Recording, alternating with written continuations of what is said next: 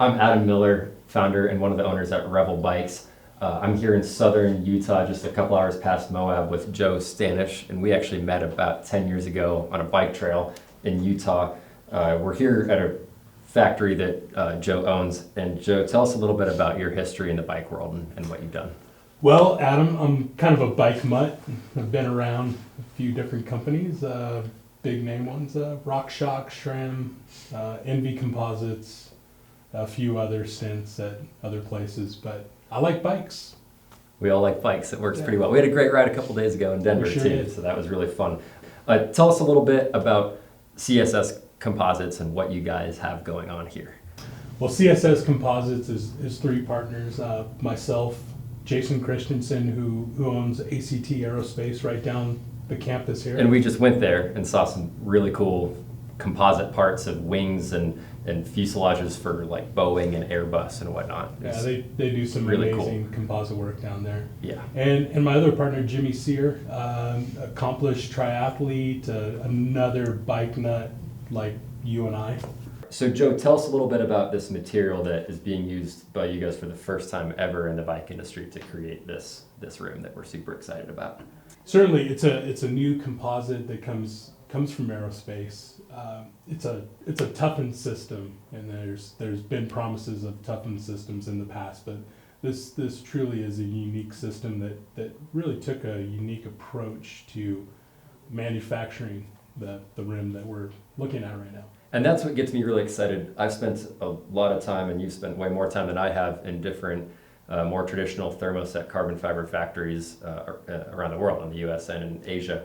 And there's a lot of hand labor. The material is made, it's pre-impregnated with epoxy resin, and then it's laid up by hand into a rim or a bike frame or whatever.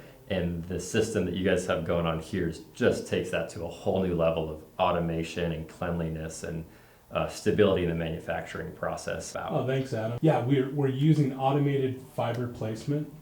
So there's really not any humans that are actually placing fibers into a mold. That's all done robotically. That lends to the consistency of the fiber placement. It's the same every single time. And what I think is probably the coolest thing about this whole rim, besides that it rides really well and it's light and strong, is it's 100% made in America here in Utah, and it's 100% recyclable. And we've actually partnered to develop the first product that we're making out of the recycled rim. It's actually a tire lever that we've made out of the rims that we've busted up here in the test lab for now. And so it's neat that not only is it recyclable, but it's practically, logistically, cost-effectively recyclable.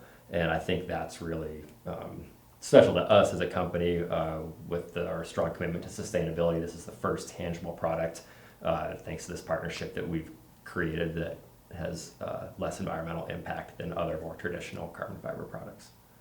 Yes, I mean, certainly we can't make a rim out of the recycled products that we receive back at the end of its life, but what we can do is we can chip it up into smaller, shorter filaments, and then we can compression mold it into a tire lever or something even outside of the bicycle industry. And it doesn't require us burning off an epoxy and then re-impregnating the fibers to reclaim and truly recycle the product.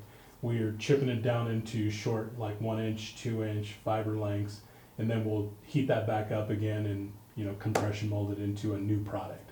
So these rims are tougher, super strong, incredible impact resistance, 100% recyclable, made in America, in a really cool automated manufacturing system. What does the future hold for fusion fiber rims like this and the whole bike industry?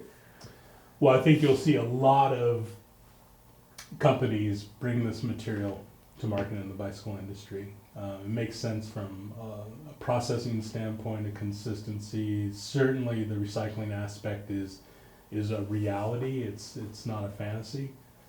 And you'll see this probably dominate the cycling industry at some point. Super excited to be a part of it. Thanks, Joe. Thanks.